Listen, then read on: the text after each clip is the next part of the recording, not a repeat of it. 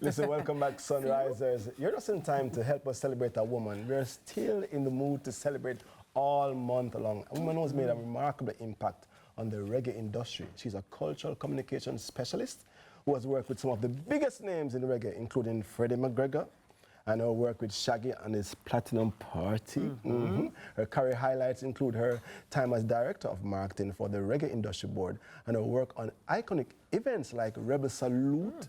Beyond her professional achievements, she's a dedicated mother of 2 girls and a strong advocate for living life true to oneself. Welcome to Sunrise, Coleen. How are you doing? Thank you for having me. It's good to see you. Coleen Douglas, it's great to have you. Honestly, it's great to have you.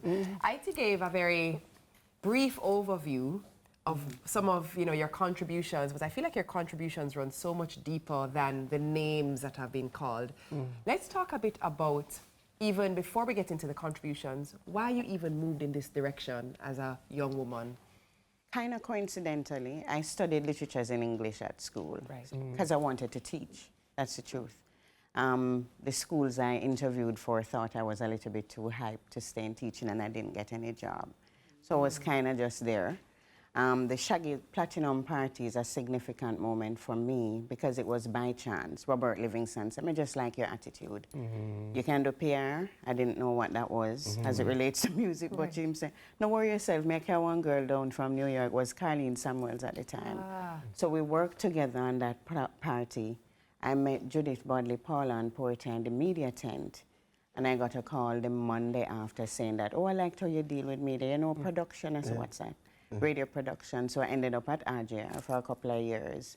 And while there, people would ask me to do publicity work because I wrote well.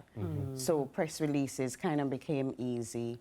And there were some icons I always wanted to meet. Freddie will tell you, me just go in my yard, comedy think him that look good on a t-shirt. And him say, me fry some plantain for you. You want some plantain, Coleen?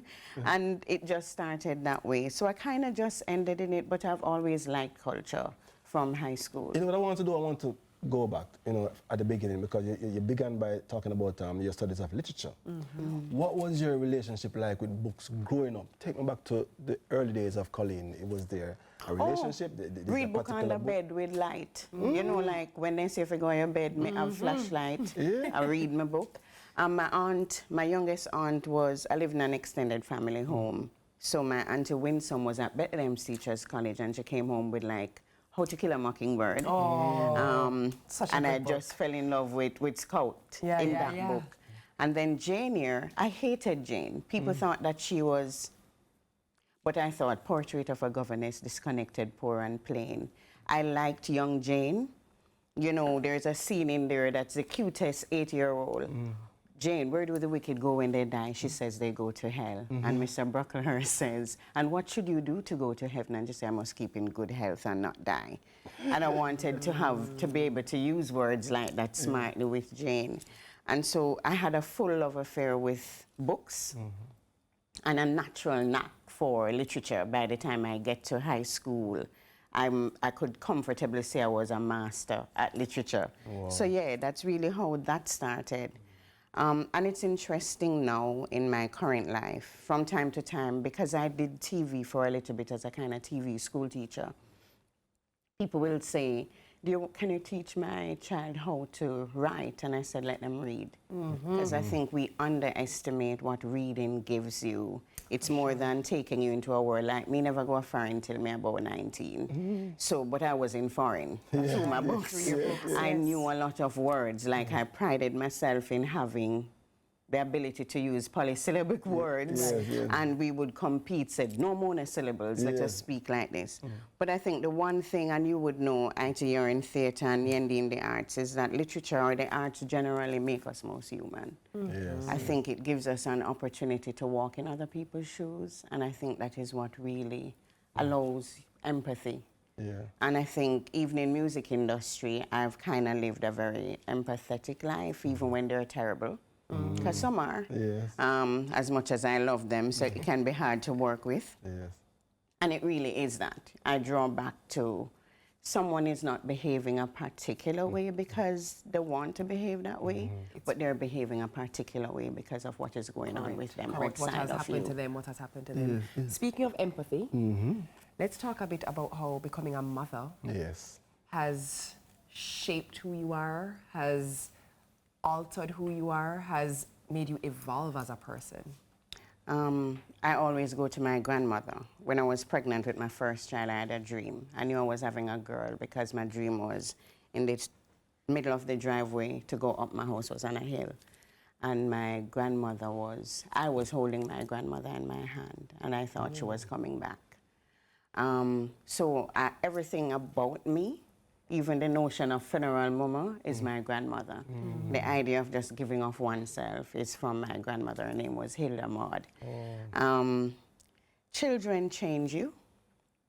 They make you completely less self-centered. Sometimes we center around them too much, so they come with some kind of privilege that I didn't grow up with. But it allows me to love every child.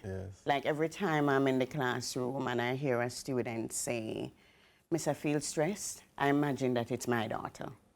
And so I go to them with that. And you can't help but love every child that you see because you've had one and you know how that feels.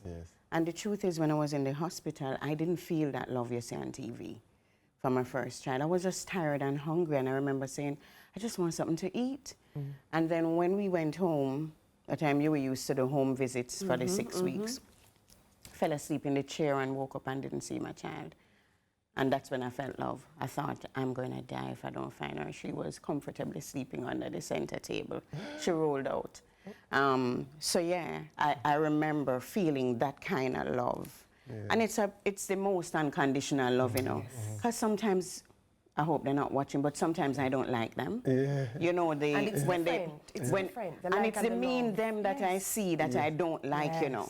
Like when they give me the lips, and they will say, "Mommy, you're not any different." And it is in that moment I recognize that the love is unconditional. But you have to say, though, there are aspects of you that you would like to see in them, especially your relationship with books. I think the world is different. No, you know what? I don't ask them to be anything but me. I think them so different. Like, Kenya just want dance. She dance Monday, Tuesday, Wednesday, Saturday. Me never say somebody love dance, so. And she masters it because she's just always dancing. She's naturally athletic, but what she wants to do is dance. And she just said, this is a sport too. And then people will say, you want to be a dancer? She say, I want to dance, but I want to do med, but I want to dance. And I love what dance has done for her. And do you encourage that? Oh, yeah. If it were up to me, children don't go to school. They just play. Listen, we could talk to Coleen all morning in this conversation. I'm enjoying it. And listen, we should have a part 2. Agreed. Coleen, can you come up Monday? A fear station? What's fear station? Actually, yes. A year station. Okay. A fear station. Give thanks. It's always great to see you. I wish we could have got even more into even, you know, Endermanley College and the work there. And but you know, some of them you take now. So me don't want you take say, you know, they're Edna no more. But yeah. But the works have been wide. The works have been expansive, and I love that. You are but one small being, but your work literally has transcended and has transported people, and it's a fantastic thing to have such impact. Kudos to you. Thanks. Our guest has been Coleen Douglas, educator, catalyst of culture, loving mother, and an overall remarkable woman, taking us up to the news time. Sunrise, we'll be right back. Please, as I always say, stick and stay. Stick and stay. Stick and stay, man. Me and the stick and stay.